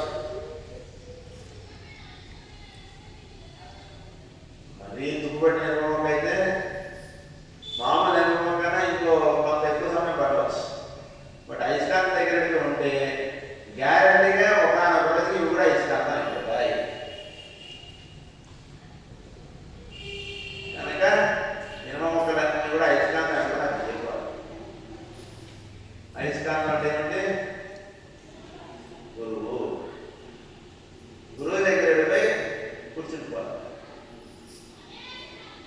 గురువు దగ్గర వెళ్ళిపోయి ఎప్పుడైతే కూర్చున్నాడో వీడి ఇనుప మొక్క అనేటువంటి మనస్సు అయస్కాంతం అయిపోతుంది. ఆ ప్రొసీజర్ అంతా గురువు గారు చూసుకుంటారు. మనం చూసుకోవాల్సిన పని లేదు. మనం గురువు గారు వచ్చి కూర్చున్నా లేదంటే మన సంబంధం అంతే. నాకేం తెలియదండి, గురువు గారు వచ్చాయని అంతే ఫినిష్. ఇంక ఇవాడంతా ఆయన చూసుకుంటాడు. ఆయన చెప్పారు మనదేం లేదు. నువ్వు కూర్చోడు అంతే పని. గురువు గారు అమ్మగారిగా వీడి మొక్కని అయస్కాంతం చేసుకుంటూ పోతుంటాడు. మళ్ళీ సంవత్సరం గురువు గారు వచ్చాడు. ఈ సంవత్సరం కన్నా వచ్చే ఇంకో మొక్క అయస్కాంత గుణాలు దాంట్లో ఎక్కువ వస్తాయి. ఇంకా సంవత్సరం ఇంకా అయస్కాంత గుణాలు వస్తుంటాయి. ఇలా గురువు అనుగ్రహం ఎక్కడ దొరుకుతుంది అక్కడ గురువు గారు పక్కన వీళ్ళు కూర్చున్నారంటే గురువు గారి దగ్గర వీడి మనసు అయస్కాంతమా అయిపోతుంది. కనుక ఇనుప మొక్కగా ఉన్నటువంటి పరమావధి అయస్కాంతం. అందుకని వీడు ఎప్పుడూ ఎప్పుడైనా ఏం చేయాలి సాధనలో ఇంత ప్రొసీజర్ ఇవన్నీ మనకి చేయొచ్చు చేయలేకపోవచ్చు ఎన్నో ఉన్నాయి. అందుగురించి ఏం చేయాలంటే గురువు గారి దగ్గర మనం కూర్చోవాలి. ఏం లేదు, ఆయన నడుపుతాడు అంతే. షో అంతా ఆయన నడుపుతాడు అంతే. మన జాగ్రత్త ఏం తెలియదు. గురువు గారి దగ్గర ఉన్నావా లేదా చాలు. అయస్కాంతం దగ్గర ఉందా లేదా ఇనుప మొక్క రోడ్డు బయట ఎక్కడ ఉందా లేదంటే ఇనుప మొక్క వెళ్ళి అయస్కాంతం దగ్గర చాలు. అయితే మిగిలిన విధాలను మర్చిపోండి. ఇక మనస్సు ఎక్కడ ఉంది, ఇంద్రియాలు ఎక్కడ ఉన్నాయి, బుద్ధి ఎక్కడ ఉంది, చిత్తం ఎక్కడ ఉంది, ఇదంతా మిగిలిన వాడికి పురాణం అంతా. పురాణంతో సంబంధం లేకుండా ఉండగలిగేది ఎవడంటే ఇనుప మొక్క వెళ్ళి అయస్కాంతం దగ్గర లేదు. అయితే ఈ పురాణంతో చెప్తారు నీ మనస్సు ఎక్కడ ఉంది, నీ ఇంద్రియాలు ఎక్కడ ఉన్నాయి, నీ ఇంద్రియాలు నీ మనస్సు ఒకటిగా అయ్యాయా లేదా అని అంటారు. లేదు సార్ నా ఇనుప మొక్క వెళ్ళి అయస్కాంతం దగ్గర ఉంది ఫినిష్, ఇదంతా అక్కర్లేదు. ఆటోమేటిక్గా అనిపిస్తుంటుంది లోపల దగ్గర. వీళ్ళు ఎంత వ్యాపించారు ఇంతవరకు అసలు ఇనుప మొక్క అంటే ఏమీ అసలు వ్యాపించడానికి గుణం ఏమి లేకుండా ఉండేటువంటి ఇనుప మొక్క. తనకి తానుగా ఉండేటువంటిది ఇనుప మొక్క. అయస్కాంతం అంటే ఏమంటే మన చుట్టూతో ఉన్నటువంటి అన్నింటినీ కూడా దానిలో ఆకర్షణ చేసుకుంటుంది. ఎటువంటి వాడినైతే కూడా అలా ఆకర్షిస్తుంటాడు. ఆకర్షణ గుణం ఎవరిలో ఉంటుందంటే వ్యాపించినటువంటి గుణం ఉన్నటువంటి వాడిగా ఆకర్షణ అటువంటి గుణం ఉంటుంది. వ్యాపించినటువంటి గుణం లేదనుకున్న వాడు ఆకర్షణ ఉంటుంది. ధనవంతుడు ఎంత వస్తు సంపద ఉంది అది ఏం ఆకర్షించదు వాడిని. వాడికి ఏదైనా కష్టం వచ్చింది అనుకున్నప్పుడునే వాడు పక్కే పడుకుని వాడికి దగ్గర హెల్ప్ చేయాలని అనిపించదు. వాడిలో వ్యాపించినటువంటి గుణం లేదు కాబట్టి ఆకర్షణ లేదు. వాడు అది వేరే వాడి చిన్న పురుడు పురుషులో ఉండొచ్చు. వాడికి ఏదైనా కష్టం వచ్చింది అక్కడికో బలం వచ్చేస్తాడు. ఎందుకంటే వ్యాపించినటువంటి గుణం వాడి మనసులో ఉంది. ఎవరికి ఏ కష్టం వచ్చినా సరే వాడు వచ్చి చూస్తాడు. అందుకని ఈరోజు కష్టం వచ్చిన వీళ్ళు అందరూ వచ్చేసారు. ఏ రోజు ఎవరికి సహాయం చేయాలంటే వాడు ఈరోజు వాడే కష్టం చెప్పి పరిగెత్తుకు వచ్చేసాడు. ఎందుచేత అంటే వ్యాపించినటువంటి గుణం ఉంది కాబట్టి ఆకర్షణ అటువంటి గుణం వాటిలో ఉంటుంది. ఇవన్నీ కూడా అయస్కాంతం ఉన్నటువంటి గుణం. అయస్కాంతం వ్యాపించుతుంది దాంట్లో ఆకర్షణ ఉంది కనుక ఆకర్షణ అటువంటి గుణం ఎవరిలో ఉంటుంది? దీని యొక్క ఇంకొక పదవి ఆకర్షణకి ప్రేమ. ప్రేమ వాడు ఎలా ఆకర్షించబడతాడు? ప్రేమ లేదంటే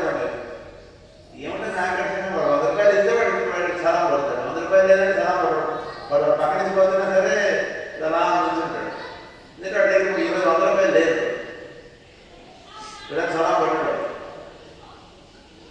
సలాం కొట్టేటప్పుడు చూస్తాడు 100 రూపాయలు దేవుడిలో చేయబెడితే ఇలా చేయలేదు కదా సలాం కొడతాం.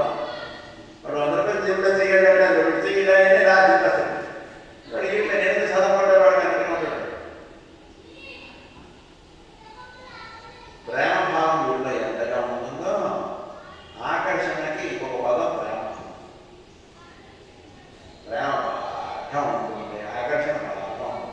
నాస్తిక్ గారు ఎంతటి ప్రేమ సముద్రంలో ఆయన చూస్తే నా ఆకర్షణ వచ్చేస్తుంది జనాలు. ఆకర్షణ ఇతరులలో వస్తుంది అంటే ప్రేమభావం వీళ్ళు ఉంది అని అంటున్నాం. లేదా ప్రేమభావం లేదు, ఎవరికి వీళ్ళు చూస్తే ఆకర్షణ కలగట్లేదు. బాగా తెలుసుకోవాలి. వేరే వాడికి వీళ్ళు చూస్తే ఆకర్షణ కలుగుతుంది అంటే వాళ్ళు ప్రేమ ఉంటారు. ప్రేమ ఉన్న చోట ద్వేషం ఉండదు. వెలుగు ఉందంటే చీకటి ఉండదు. బాబు వెలుగు ఉంది, చీకటి ఉంది కదా, చీకటి. ప్రేమ అంటే ద్వేషించడం అంటున్నాం. ప్రేమ లేకపోతే ద్వేషించడం. కానీ ద్వేషించడం అనేటువంటి గుణం మనలో పోవాలి అంటే ఏం చేయాలి? ప్రేమ పెంచుకోవాలి. ప్రేమ పెంచుకుంటే ద్వేషించడం అనేటువంటి గుణం ఉండదు. ఇతరులను ద్వేషించడం అనేటువంటి గుణం ఏంటో సార్, వారిని వీటిని ద్వేషిస్తుందని ఆ గుణం పోవాలంటే ఏం లేదు, ప్రేమభావం పెంచుకోవడం, ద్వేషించడం పోతుంది. ఇతరులతో ప్రేమగా మాట్లాడటం అలవాటు చేసుకోండి. ద్వేషించడం అంటే భావం మనసులో చెప్పండి. వెలుగు ఎంతగా ఎల్లో వెళ్ళిపోతుందో, సూర్యుడు ఎంతగా పైకి అలా వచ్చేస్తున్నాడో చీకటి ఎంతగా అలా అయిపోతుంది. కావాల్సింది వెలుగు, పోవాల్సిన చీకటి కాదు. ఇక్కడ విషయం వెలుగు వస్తుంటే చీకటి వెళ్ళిపోతుంది అంతే. ఇక్కడ కావాల్సింది వెలుగు. కనుక వెలుగుని ఏం చేస్తే వెలుగు వస్తుందని అడగాలి. ఏం చేస్తే వెలుగు వస్తుంది? కిటికీ తలుపు ఉంది అంటే తలుపు ఉంది అంటే ఇంకో 2 కిటికీ తలుపులు పెట్టుకోండి, వెలుగు ఆటోమేటిక్ వస్తుంది. అంటే అంటే మీరు అవుట్లెట్స్ పెంచుకోండి, ప్రేమ వస్తుంది, ఆకర్షణ వస్తుంది, వ్యాపించడం ఉంటుంది, ఇవన్నీ వస్తాయి. అంటే అవుట్లెట్స్ అంటే ఏమంటే మీ చేతితో ఇవ్వడం అన్నటువంటి గుణం అలవాటు చేసుకోండి. తీసి ఇవ్వడం అన్నటువంటి గుణం ఇలా చేస్తుంది. అప్పుడు మీలో ప్రేమ వస్తుంది, మీలో ఆకర్షణ వస్తుంది, మీలో వ్యాపించడం వస్తుంది, ఇవన్నీ వస్తాయి. ఇయ్యడం కూడా ఎలా అలవాటు అవ్వాలి? ఈరోజు ఎవరికి యుద్ధాన్ని గుణం లేనటువంటి వాడికి ఇయ్యాలి అనే గుణం ఎలా రావాలి? అన్నిటికీ ఉన్నాయి సమాధానం. ఏం లేదు సార్, దొరికితే రమ్మానండి. వాడి దగ్గర కూడా ఒక గరిట ఒక అన్నం చేసినా ఇవ్వండి, వాడు వడ్డించినాం. వాడి దగ్గర ఏం లేదు కదా, అది దాని అక్కడ ఏం లేదు. చూపించదండి అందరికీ పంచడం ఇంకా అంతే. వాడు 10 మందికో 100 మందికి వాడు అలా వంటలు చేశాడు అనుకోండి, అక్కడ ఎంత లోపల తీసుకుంటే మాట వచ్చింది. ఏమని బియ్యం తీసుకురా, ఎవరెళ్తారు బియ్యం అంటే వీడు సహజంగా లోపల నుంచి వచ్చేస్తుంది. నేను ఎక్కడ తెచ్చేస్తా బియ్యం అంటే వెంటనే 100 రూపాయలు పెట్టేసి బియ్యం ప్యాకెట్ తెచ్చేసి తెచ్చేస్తాను. అందుకని ఏం చేయాలి? వ్యాపించినటువంటి గుణం రావాలన్నా, ప్రేమ రావాలన్నా పంచడం రావాలని ఏం చేయాలి? ముందు దైవం యొక్క వస్తువుని 10 మందికి అలా ఇయ్యగలగడానికి వచ్చేస్తుంటే ఆటోమేటిక్గా వీడి వస్తువు కూడా ఇయ్యగలగడానికి కూడా వీడు వచ్చేస్తుంది. గురు పూజలో వంటలు చేయించడం అన్నట్టు చేయాలి. అప్పుడు వీళ్ళు సహజంగా 10 మందికి మనం ఇద్దాం అనుకుంటున్నాం, వీడికి వచ్చేస్తుంది. ఎవరే చెప్పక్కర్లేదు అని నేను ఇచ్చాను లాస్ట్ 100 రూపాయలు సార్, బియ్యం తెచ్చారు, బియ్యం తీసుకురండి, తొగలు అనుకుంటున్నారు. కిచెన్లో ఊరిన సరదాగా వ్యాపించడం లేదా? వ్యాపించడం గుణం ఉన్నటువంటి వాడు ఏం చేస్తాడు? అక్కడే వాడు తెచ్చేస్తాడు. మరి మాస్టర్ గారు ఎంత ఆయన త్యాగం చేశాడు, ఎంత చేశాడు. ఏమిటి అసలు ఆయన కుటుంబం ఉంటుంది. ఈరోజు మన పుట్టబెట్టి దండేసేసి చేసేస్తున్నాను. కానీ వ్యక్తిగతంగా మా మనిషి అక్కడ ఉన్నప్పుడు భౌతికంగా ఆ పరిస్థితులను ఆయన ఎలా నడుచుకుంటూ వచ్చారు. ఆయనకి 13 రోజులు కనబడి 1000 రూపాయలు 10,000 ఇస్తున్నారా?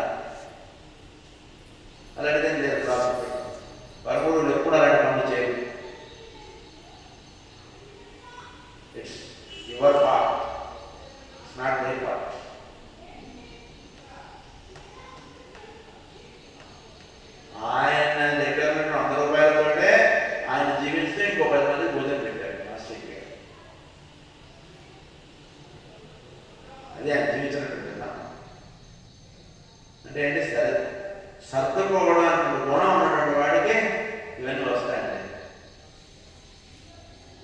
సర్దుకుని ఉండగలగడం అన్న గుణం కావాలి. సర్దుకుని ఉంటూ ఉంటే అప్పుడు మనకి గుణం వస్తుంది.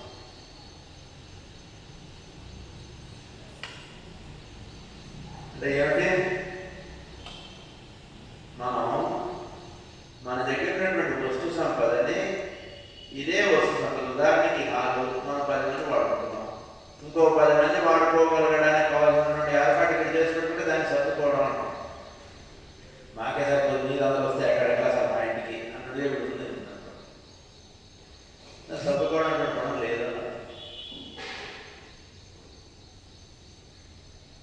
మరి మా చిన్నప్పుడు నాన్నగారు ఉన్నప్పుడు మా ఇంట్లో సుమారు 10 మంది పడుకున్నాం. అందరు ఎవరు వచ్చినా సరే హాల్లో పడుకోవడం కదా, ఇంట్లో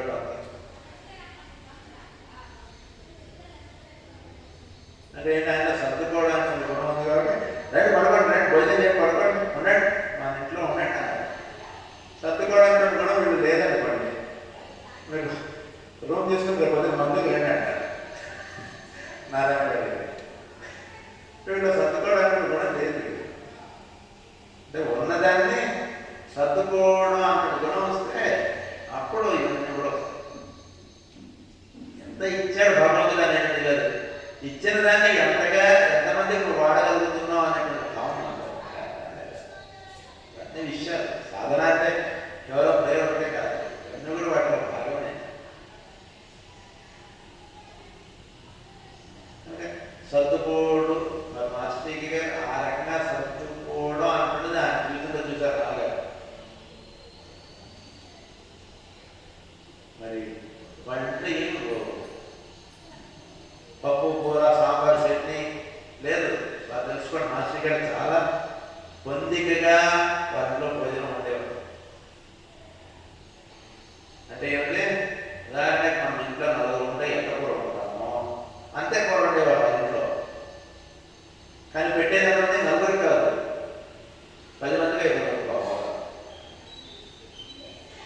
వేరే డబ్బులు రావు కదా. కుటుంబానికి ఎంత వస్తుంది?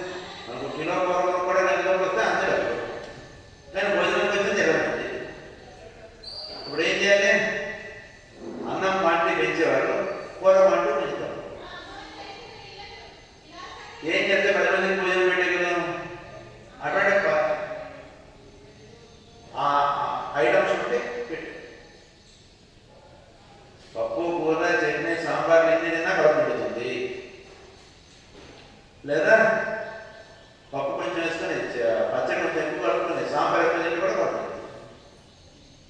ఆకలితో వచ్చినటువంటి అన్నం పెట్టావా లేదా అనేది చూడాలి, కానీ ఏమేసి పెట్టాలనేటువంటి అడగదు ఎక్కువ. బాబు ఆకలితో వచ్చినటువంటి వాడికి నాకు పచ్చడి వేసి పెట్టు అంటే వాడికి ఆకలికి వచ్చినవాడు కాదు. మన దగ్గర కొందరు వస్తుంటారు, మన చుట్టాలని పెడతాడు, నాకేమేసి పెట్టు ఇలాంటివి తీసాడు. వాళ్ళ విషయం కాదు కదా.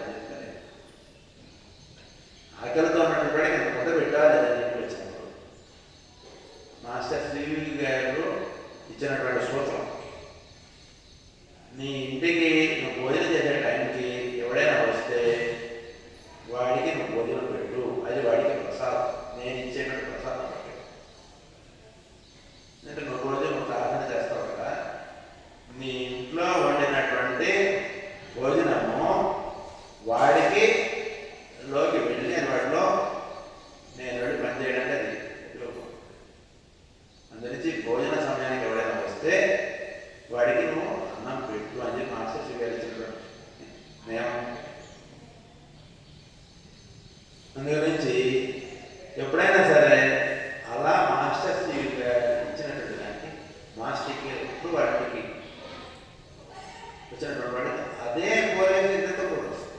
ఉదాహరణగా 10 ముక్కలు కూర వేసుకున్నాం నలుగురు, ఒకరికి 2 ముక్కలు కూర వేసి పచ్చడి సాంబార్ మజ్జిగ.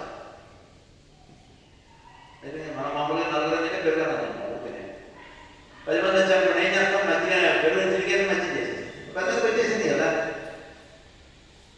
దాన్ని సర్దుకోవడం అంటారు. సాంబార్ పెట్టుకున్నాడు, అదే కూర ముక్కలు 4 ముక్కలు వేసేసి సాంబార్ పెట్టేశాడు.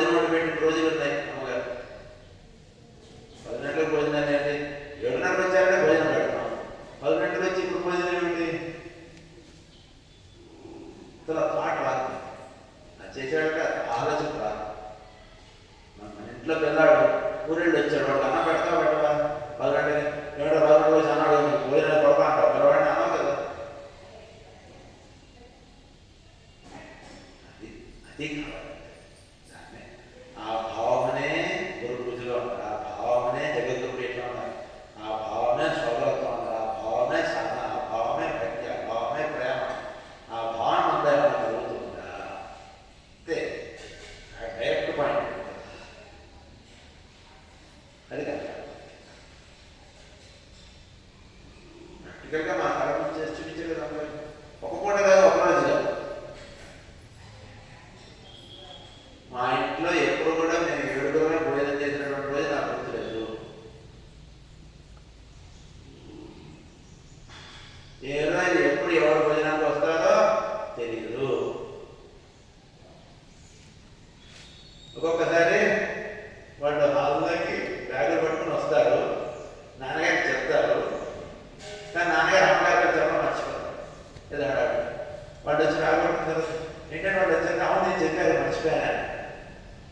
అవునా ముందుగా నాకు చెప్పొద్దా, ఇప్పుడు ఎలా చేయడం జరుగుతుంది? ఇలాంటి మాటలు లేవు. కిచెన్లో కూడా ఇలాంటి మాటలు లేవు.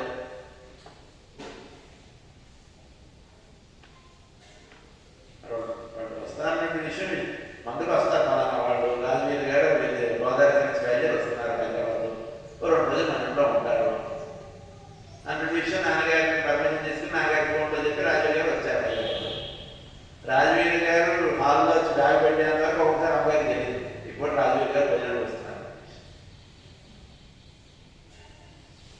మరి అయినా సరే అప్పుడు వస్తే అప్పుడు ముందు ఉన్నటువంటి చేసేవాడు భోజనం పెట్టి తర్వాత ఉంటుంది, తర్వాత ఇంట్లో మిగిలిన వాడు తినేవాడు.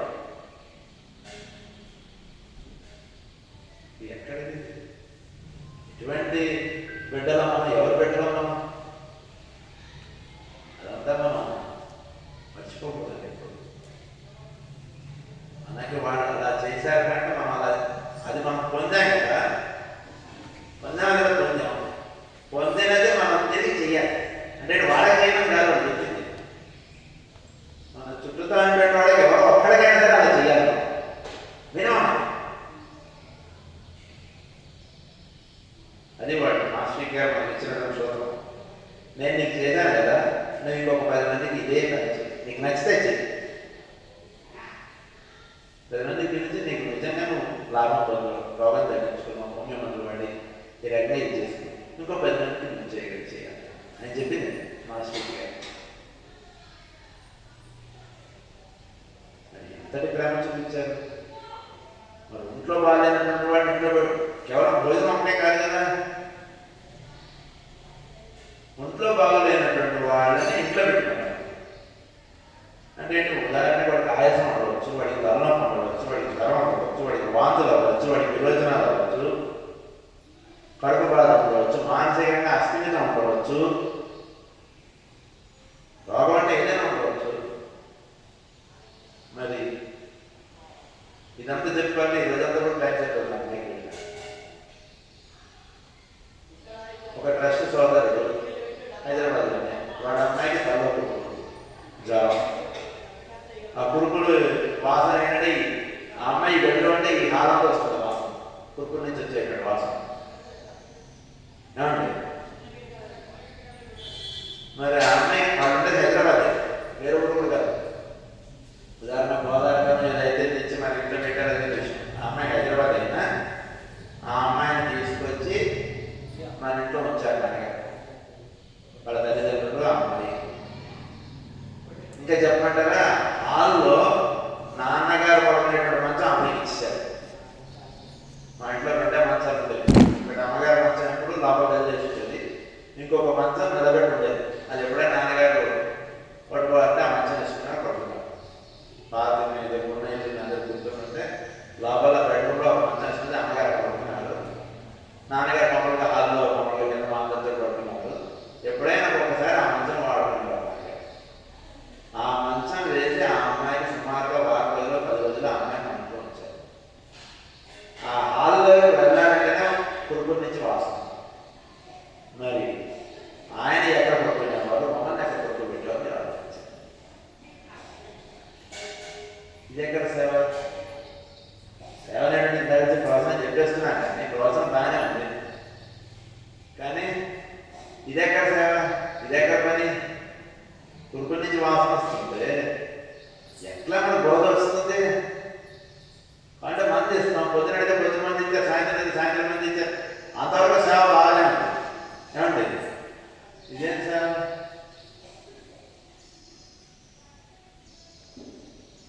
చెప్పండి. అట్లా ఇంకొకటి మోషన్స్ అయిపోయేది, వాంతులు అయిపోయేవి, ఇంకొకటి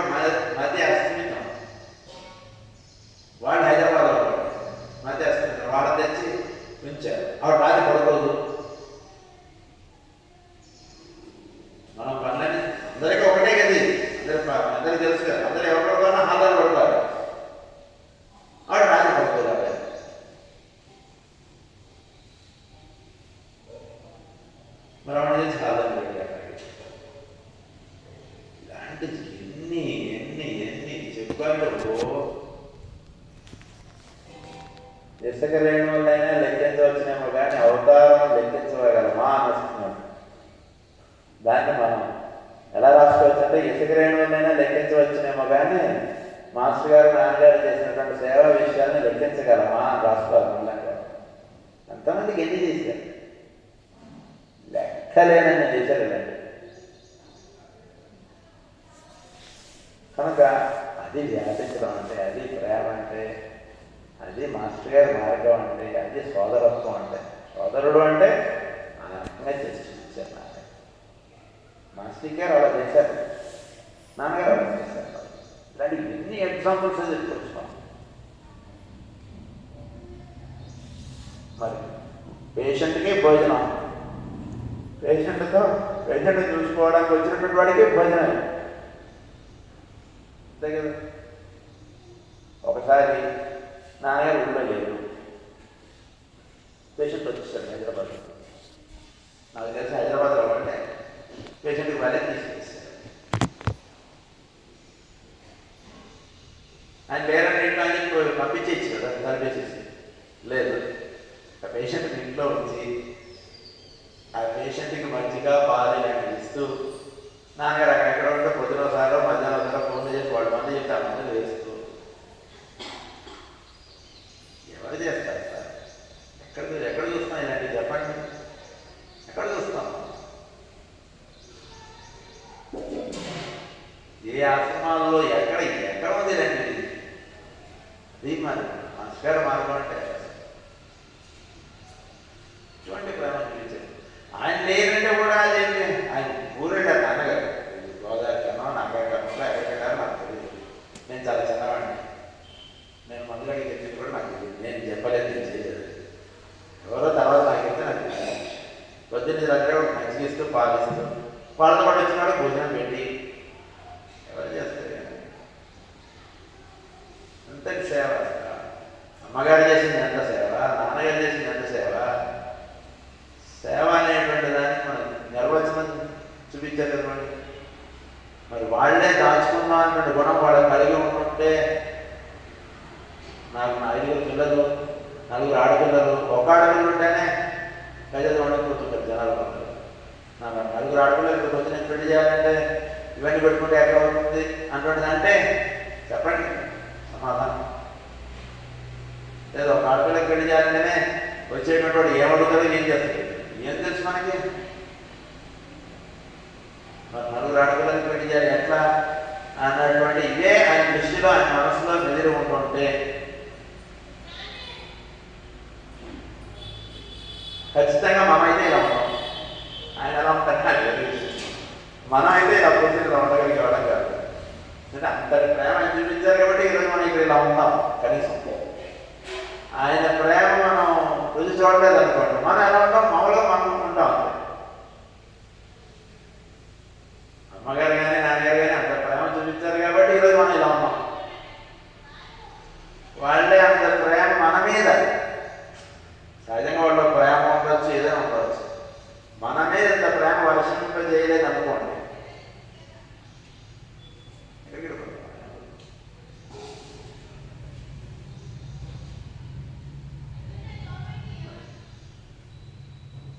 చిన్న విషయం మరి ఇలాంటివన్నీ చుట్టుపక్కల ఎంత పడుతుంది, ఎంత ఉంటుంది కనుక వాటిని ఏది మనం మర్చిపోము. కనీసం సాధనలో అన్నటువంటి వాడు తన జీవితంలో జరిగినటువంటి ఏవి తను మర్చిపోకూడదు.